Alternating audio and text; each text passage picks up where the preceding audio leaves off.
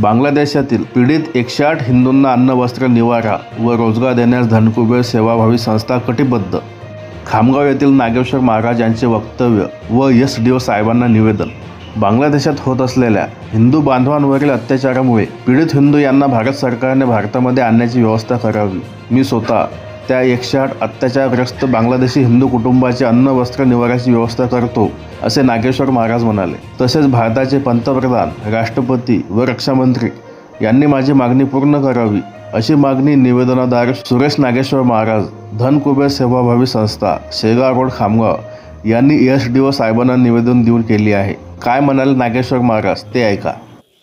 मी धनकुबेर मंदिर संस्थापक अध्यक्ष श्री देवेंद्र महाराज, माझ्या मंदिराचं मी सर्व काही देखरेख करणारा मीच आहे.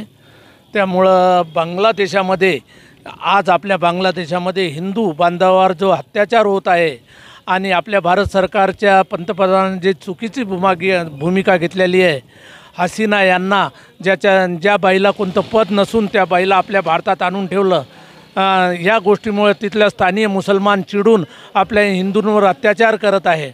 आणि अनेक वेळा आपण पाहतो जेव्हा परदेशात काही प्रकरण घडतं तर आपल्या जे धनाढ्य पालक विद्यार्थी आणि धनाढ्य लोक असतात त्यांच्यासाठी आपलं सरकार लगेच त्यांना घेण्यासाठी विमान पाठवतं.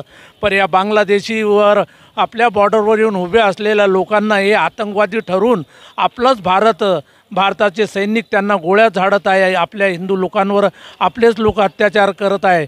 ते बांगलादेशी तर करतच आहे, पण आपलेही लोक त्यांच्यावर अत्याचार करत आहे. त्यांना आपल्या भारतात परत येऊ देत नाही आहे. ही खूप मोठी खंताची बाब आहे. तरी भारत सरकारसाठी मी निवेदन करतो, जर त्यांच्यानी हे पालनपोषण होत नसेल तर त्यातले 108 हिंदू मी माझ्या मंदिर परिसरात, माझ्या आश्रममध्ये त्यांचं पालनपोषण, उदरनिर्वाह करण्यासाठी मी स्वतः त्यांची जिम्मेदारी घेण्यास तयार आहे.